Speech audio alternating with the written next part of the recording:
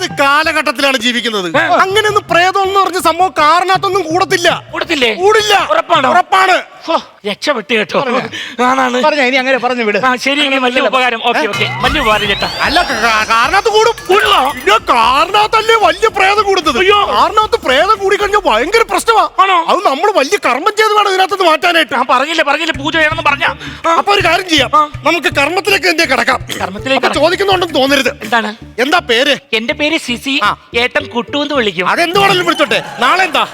നാളെ എന്താ പരിപാടി? വേറെ നിങ്ങളുടെ നാളത്തെ പരിപാടിയുടെ കാര്യമല്ലേ ചോദിച്ചത്? നാളെ നക്ഷത്രം എന്താണെന്ന്. എന്റെ രേവതി. രേവതി നക്ഷത്രം. സിസി. സംഭവം പ്രശ്നമാണ്. എന്ത്? നിങ്ങൾക്ക് ഈ വണ്ടി വാഴത്തില്ല. എന്താ പേര്? രാജേന്ദ്രൻ. നക്ഷത്രം അങ്ങനെ പുറത്തു പറയാൻ പറ്റത്തില്ല. മൂലം. അതാണ്, പേടിക്കേണ്ട കാര്യമില്ല. അപ്പൊ മൂലം നക്ഷത്രമുള്ള രാജേന്ദ്രൻ പ്രശ്നമാണ്. എന്ത് പ്രശ്നം? നിങ്ങൾക്ക് ഈ വണ്ടി വാഴത്തില്ല. വാഗണർ ആണ് നല്ലത്. ഞാൻ 3 ലക്ഷം കൊടുത്ത് വാങ്ങിച്ച വണ്ടി. അത് കുഴപ്പമില്ല, വാഗണർ ആണ് നല്ലത്. കറുപ്പ് കളർ 2005 മോഡൽ. ഇട്ടിട്ട് പോയില്ല അല്ലേ? പോയില്ല. മനസ്സിലായി. അത് കുഴപ്പമില്ല. എന്തായാലും നമുക്ക് ചടങ്ങും കാര്യങ്ങളെല്ലാം കറക്റ്റ് ആയിരിക്കണം. അതാണ് നമുക്ക് വേണ്ടത്. എന്റെ മണിയെടുത്ത് കളിക്കുന്നത് എന്താണ്? എന്റെ മണിയെടുത്ത് കളിക്കുന്നത് അങ്ങനെ നീ എടുത്ത് കളിക്കേണ്ട കാര്യമൊന്നുമില്ല. ഈ മണി കൊണ്ടാണ് ഞാൻ മണി ഉണ്ടാക്കുന്നത്. അതുകൊണ്ട് നീ അങ്ങനെ കൂടുതലായിട്ട് എന്റെ മണിയെടുത്ത് കളിക്കരുത്. എന്റെ പ്രോപ്പർട്ടിയാണ്. അപ്പൊ ഈ പണിയില്ല, ഈ മണി കൊണ്ട് എവിടെ പോകും? ഞാൻ ഇതുകൊണ്ട് നേരെ കടപ്പുറത്ത് പോയിട്ട് ബോംബെ പൂജ കച്ചവടം നടത്തും. നല്ലത്. ഞാനത് ചെയ്യും. അപ്പൊ ഇതാണല്ലേ വണ്ടി. അതെ, ഇതാണ് പ്രശ്നം. അതെ, ഒരു കാര്യം ചെയ്യാം, നമുക്ക് ഇതിനകത്ത് നിന്ന് തന്നെ അങ്ങ് തുടങ്ങാം.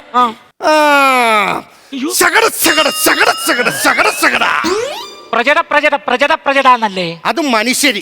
വണ്ടിക്കാവുമ്പോ ശകട എന്നാണ് വേണ്ടത്. മനസ്സിലായോ? ഈ വാഹനാസനം. ആവാഹനാസനം അങ്ങനല്ലേ?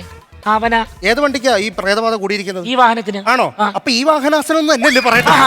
നിങ്ങൾ എന്തിനാ ആവശ്യമില്ലാത്ത കാര്യങ്ങൾ പറയുന്നത്? ഇത് വണ്ടിയുടെ രീതിയിലുള്ള മന്ത്രങ്ങൾ ചൊല്ലുന്നതാണ്. വണ്ടിക്ക് പ്രത്യേക മന്ത്രങ്ങളുണ്ട്. എനിക്ക് വിശ്വാസമില്ല. ആ താക്കോലും തിരിച്ചു നോക്കിയേ.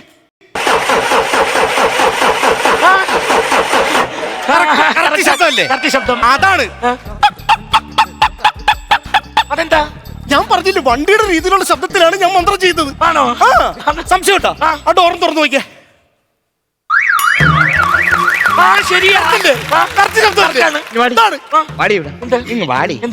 ഈ വണ്ടിയിലെ ബാധ ഒഴിപ്പിക്കാനേ നീ മന്ത്രവാദിയാണോ അതോ മിമിക്രിക്കാരനെയാണോ കൊണ്ടുവന്നത്? സച്ചിനമ്മ അടിച്ചു കയറാണല്ലേ? ഹലോ, 16 വർഷമായിട്ട് ഞാനൊരു മന്ത്രവാദിയായിട്ട് നിൽക്കുന്ന ആളാണ്. എന്നാണെങ്കിൽ ഏതെങ്കിലും മിമിക്രി ട്രൂപ്പുകാരിയെ 10-500 പരിപാടി കളിച്ചുകൂടായിരുന്നു. അത് ശരി. അപ്പൊ ഞാൻ പരിപാടി കൊണ്ട് അടികൊള്ളണമെന്നുള്ള പ്രാർത്ഥനയാണ് നിങ്ങൾ. അതുകൊണ്ട് അതും കാര്യങ്ങളൊന്നും നടക്കത്തില്ല. കാര്യം ചെയ്യാം. എത്ര ലക്ഷം രൂപയുടെ വണ്ടിയാന്നാ പറഞ്ഞത്? 3 ലക്ഷം. 3 ലക്ഷം രൂപയുടെ വണ്ടി. 5 ലക്ഷം രൂപയാവും ഈ പൂജ ചെയ്യാനായിട്ട്. അയ്യോ, 5 ലക്ഷം? പൂജ വേണ്ട, വാദം അവിടെ ഇരുന്നോട്ട് ഇയാള് പോയാണ്. ഇത് സംഭവം എന്ന് പറഞ്ഞത് 2 ലക്ഷം രൂപ എന്റെ പൂജയ്ക്ക്, 3 ലക്ഷം വണ്ടിക്കല്ലേ? അങ്ങനെ ആവുന്ന പറഞ്ഞത്. അതാണ് വേണ്ടത്. അപ്പൊ അഡ്വാൻസ് വേണം. ആണല്ലേ? അഡ്വാൻസ് എത്ര? അഡ്വാൻസ് ഒരു 650 രൂപ വരെ. 650 രൂപക്ക് മേടിക്കാൻ ഞാൻ എന്നാ ജവാന്റെ ലിറ്ററോ? അതല്ല, അഡ്വാൻസ് ആയിട്ട് എനിക്ക് 50 വേണം. 50 സാധനമില്ല എന്റെ കയ്യിൽ. ഞാൻ 500 രൂപ പ്രതീക്ഷിച്ചു. 50 രൂപ തന്നേക്കാം. ഹലോ, 50,000 രൂപ. 50,000 നിങ്ങൾ പോയാണ് മന്ത്രവാദി. നിങ്ങളൊരു കാര്യം മനസ്സിലാക്കണം. ഇതിനെ ഇവിടെ നിന്ന് ഒഴിവാക്കിയില്ലെങ്കിൽ നിങ്ങൾക്ക് ആകെ പ്രശ്നമാണ്. ഇത് നേരെ രാത്രി ആ നേരത്ത് തന്നെ ഓടിപ്പോയി ആരെങ്കിലും ഇടിച്ചു കൊന്നാൽ എന്ത് ചെയ്യും? ആ കേസ് നിങ്ങളുടെ തലേ വരും. അതുകൊണ്ട് ഇതിനെ ഒഴിവാക്കണമെന്നുണ്ടെങ്കിൽ ഈ പൈസ ഇട്ട് വരുവാണെന്നുണ്ടെങ്കിൽ പരിഹാരങ്ങൾ വേറെ ഒന്നുമില്ല ഇവിടെ. ഇതിനിപ്പോ നമുക്ക് പരിഹാരങ്ങളും കാര്യങ്ങളും ചെയ്യാം. നിങ്ങൾ പൈസ ഇട്ട് തന്നെ നമുക്ക് കാര്യങ്ങൾ ചെയ്യാം. ആണല്ലേ? ഒരു കാര്യം ചെയ്യും, 50,000 ഇട്ടോട് പെട്ടെന്ന്. ടെൻഷനിലായിരുന്നല്ലേ? കുഴപ്പമില്ല, ഓക്കെ, പൈസ വന്നിട്ടുണ്ട്. പിന്നെ നമുക്ക് ആദ്യം ചെയ്യേണ്ടതെന്ന് വെച്ച് കഴിഞ്ഞാൽ ചരട് ജപിച്ച് ഇളി കെട്ടണം. ചേട്ടാ, വണ്ടിയുടെ കംപ്ലൈന്റിൽ ഞാൻ എന്തോ നിങ്ങളുടെ ഇളിയിലല്ലെന്ന്, വണ്ടിയുടെ ഇളിയിൽ. ഇനി വണ്ടിക്ക് അവിടെ ഇരിക്കുന്ന ഇളി, വണ്ടിയുടെ ഇളി എന്ന് പറയുന്നത് ടയറാണ്. അപ്പൊ 4 ടയറിലും ചരട് ജപിച്ച് കെട്ടണം. ടയർ കെട്ടിയിട്ട് എന്റെ വണ്ടി ഓടാൻ പാടില്ല, അവിടെ അങ്ങ് ഇരിക്കണം. അങ്ങനെയാണെന്നുണ്ടെങ്കിൽ സ്റ്റിയറിംഗ് കെട്ടാലോ. അപ്പൊ ഇത് വളയ്ക്കാൻ തിരിക്കാന്ന് വേണ്ടേ? പിന്നെ ഗിയർ കെട്ടിക്കൂടും. അപ്പൊ ഗിയറിട്ട് വണ്ടി ഓടണ്ടേ? എന്തൊരു കഷ്ടമാണ്. അപ്പൊ പിന്നെ ഒരു കാര്യം ചെയ്യാം, അധികം നേരം ഞാൻ കെട്ടിക്കോളാം. നമ്മൾ പറയുന്നപ്പോ എന്തായാലും നമുക്ക് നേരെ ചെയ്യാം.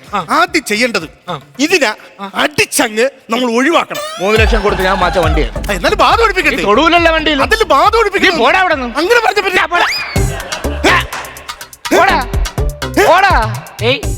കീറി 2ആയിട്ട് കിടക്കും. അപ്പൊ നിങ്ങൾ അടിക്കാനും സമ്മതിക്കത്തില്ല. എന്റെ വണ്ടി സമ്മതിക്കൂല. അങ്ങനെയാണെന്നുള്ള കാര്യം നടക്കത്തില്ല. കാരണം പൂജ ചെയ്യണമെന്നുണ്ടെങ്കിൽ നമുക്ക് എന്തായാലും ഇത് അടിച്ച് ഒഴിവാക്കിയാലേ പറ്റത്തുള്ളൂ. എന്നാ പിന്നെ ഒരു കാര്യം ചെയ്യാം, പൂജ ചെയ്യാം. വൈകിട്ട് വന്ന് പൂജ ചെയ്യാം. വൈകിട്ട് പൈസയും തന്നു. പിന്നെ വൈകിട്ട് വന്നു പൈസ തന്നെന്ന് പറഞ്ഞാലും നമുക്ക് വേറെ കുറെ കാര്യങ്ങളുണ്ട്. ഒന്ന് കണ്ണടച്ച് പ്രാർത്ഥിക്കുക. ഹലോ, നിങ്ങോട്ട് വന്നേ. ഈ പൂജ കൊള്ളാല്ല.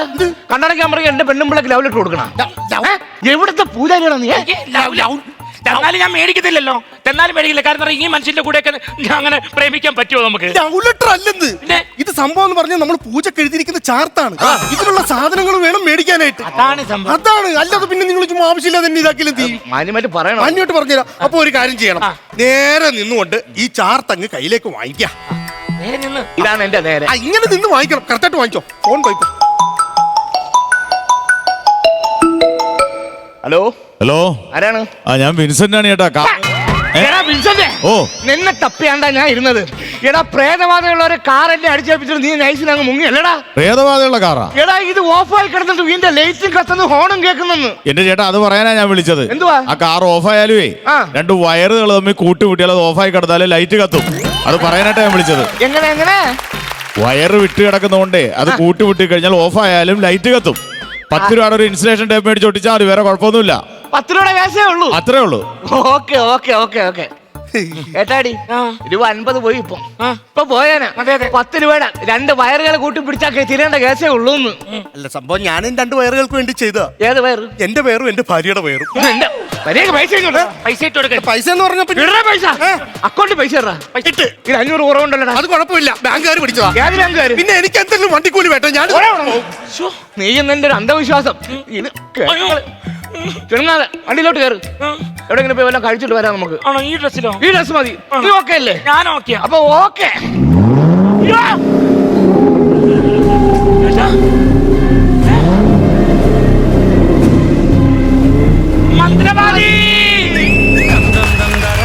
വീട്ടിലെ വിളക്ക് എല്ലാ ദിവസവും രാത്രി 8:30 ഫ്ലവേഴ്സിൽ. മഹാലക്ഷ്മി എല്ലാ ദിവസവും രാത്രി 9 മണിക്ക് ഫ്ലവേഴ്സിൽ. ഫ്ലവേഴ്സ് ടിവിയുടെ സ്മാർട്ട് ഷോയിൽ പങ്കെടുക്കാൻ നിങ്ങളെ ക്ഷണിക്കുന്നു.